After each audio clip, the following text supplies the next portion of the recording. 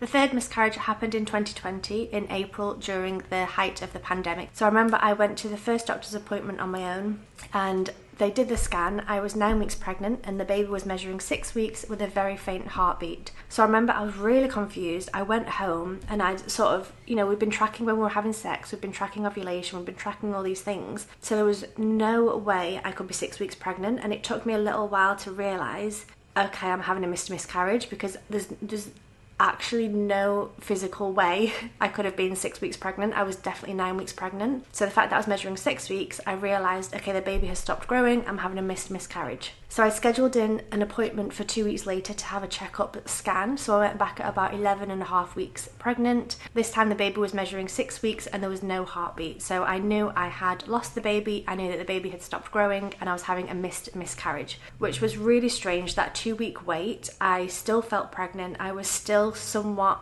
hopeful. I was thinking maybe there's like a 1% chance that for some reason it's just way behind in its growth already. I don't know. It was a really hard, really long 2 week wait where I still felt pregnant. I was still being really careful about what I was eating and drinking and doing and trying to be careful. And then I had the news that the heartbeat had stopped and the baby was still measuring 6 weeks. So I went home and I think I actually passed the baby the next day.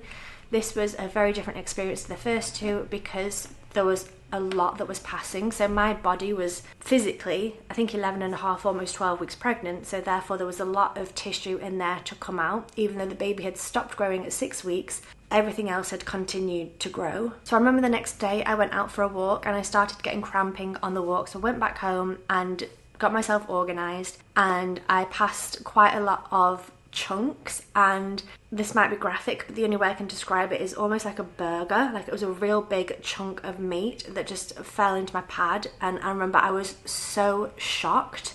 I had no idea that this much stuff would come out of me. And I remember feeling so shocked and scared and terrified, and like it was really, really scary. I also passed a big clot. I think it was later on that day, and it was almost like a golf ball. It was quite circular and quite round and quite big, which honestly is quite a lot of things to pass when you're really not expecting it. This one was very different, very big, very scary. And again, I remember touching it, I remember feeling it. I think I even photographed it because I really wanted to, I don't know what it is, but it felt like something I just wanted to do was to document it and feel it and feel it was real almost. And I don't know if that sounds completely bananas, but that is what I chose to do. And again, I think I bled for about a week or 10 days. Heavier bleeding, more pain than the other ones.